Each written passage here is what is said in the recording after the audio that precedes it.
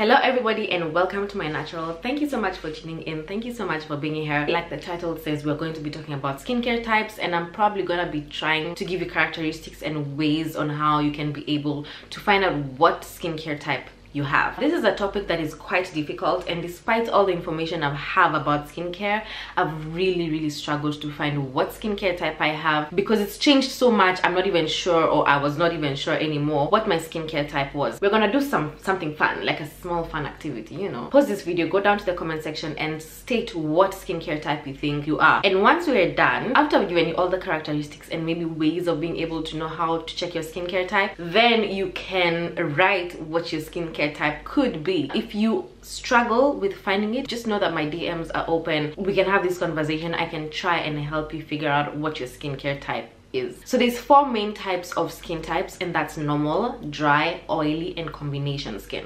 Those are the 4 main. Now people like to put sensitive skin in that list, but I don't think that sensitive is a type of skin, and I believe it's more of a condition. You could have dry sensitive skin, you could have normal sensitive skin, you could have combination sensitive skin, and it's just a condition, and it's not genetic. It's something that you acquire over time because maybe of the products that you used or situations like, you know, being in the sun, for example, or using products that were harsh.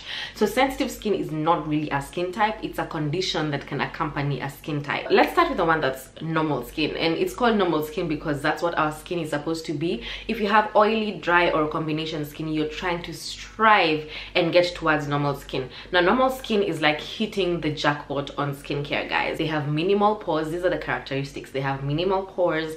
Their skin is evenly oily, like it doesn't have patches of dry or patches of oily. They have a good hydration moisture balance. Their skin is plump and dewy, and they hardly ever have breakouts. Like, isn't that the jackpot on skincare? Like, hardly ever have breakouts.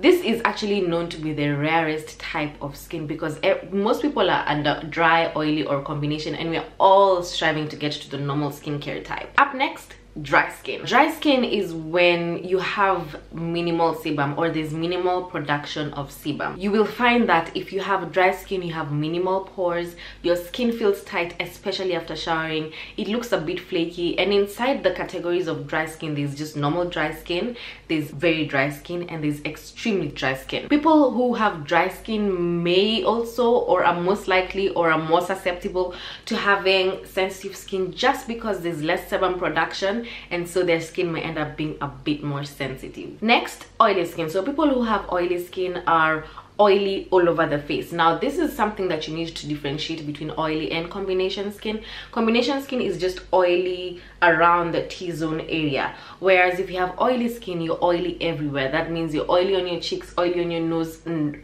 oily every single place all over your skin. It's the oil is evenly distributed. The characteristics of oily skin are: 1, you're very prone to breakout, blackheads, whiteheads, clogged pores, all that stuff. You're very prone to it. You have visible pores, and that could be around your cheek area and around your T-zone area. So you have very visible pores. So the key takeaway with oily skin is that the oil is not just in some places, everywhere, not just on your T-zone area. There's another category under oily skin which is known as oily dehydrated skin. This is when your skin is oily but it lacks a lot of hydration. Now hydration, which we have not talked about, is when you have humectants in your skincare routine. Humectants can be things like glycerin and hyaluronic acid. So if you don't have that, or you deprive your skin of that, you might end up having something called oily dehydrated skin. What you will notice is your skin is highly moisturized, your skin continues to produce sebum, but it looks dry, flaky, and all that, but you're still having breakout. That is what oily dehydrated skin means. The way to stop this would actually be adding a hydrator, adding a humectant into your skincare routine, and that includes glycerin and hyaluronic acid. Okay, so combination skin, that is where most people lie. There's 2 kinds of combination skin. You could have dry skin everywhere and then normal skin on your T-zone, or you could have dry skin around your cheek and everywhere else and then have oily skin on your T-zone. That's what combination skin means. Combination skin doesn't mean you have both dry and oily, it just means you're oily in some parts and you're dry in others on your face at the same same time. Because of combination skin and because that's where majority of us lie, you find that they created something called multi-masking. So for example, you'd find somebody using hydration sheets on the areas that they're dry,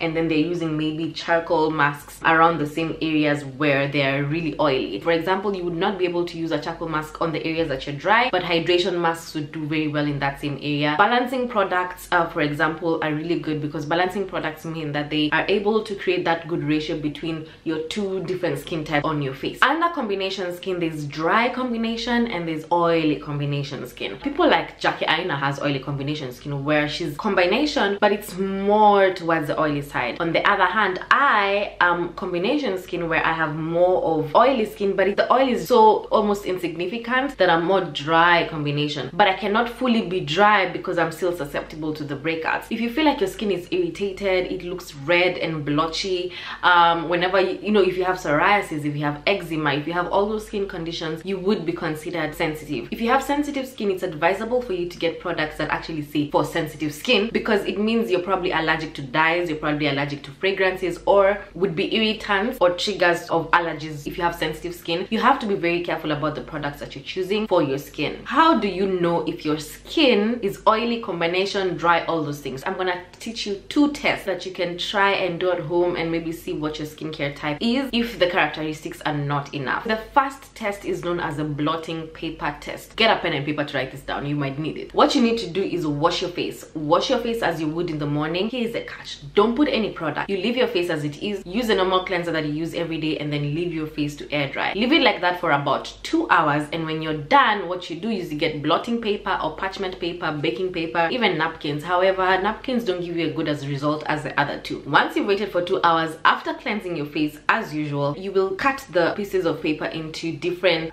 smaller sizes, and what you're gonna do is try and place them under your eyes, on your nose, on your forehead, on your cheeks, and on your chin. How do you know your skincare type? By putting parchment paper on your face. Okay, so once the papers are on your face, observe which ones are sticking onto your face and which ones are falling off. When you have dry skin on your whole face, you're going to notice that the blotting paper or the paper, can I just call them paper? Yeah, that the papers actually fell off your face everywhere. That means you don't have enough oil production to actually keep them stuck to your face. If you have oily skin, you will see that you have drenched parchment paper, and you will see that they're equally distributed. So you will see that it looks equally the same, and you'll find that the parchment paper is stuck onto your face.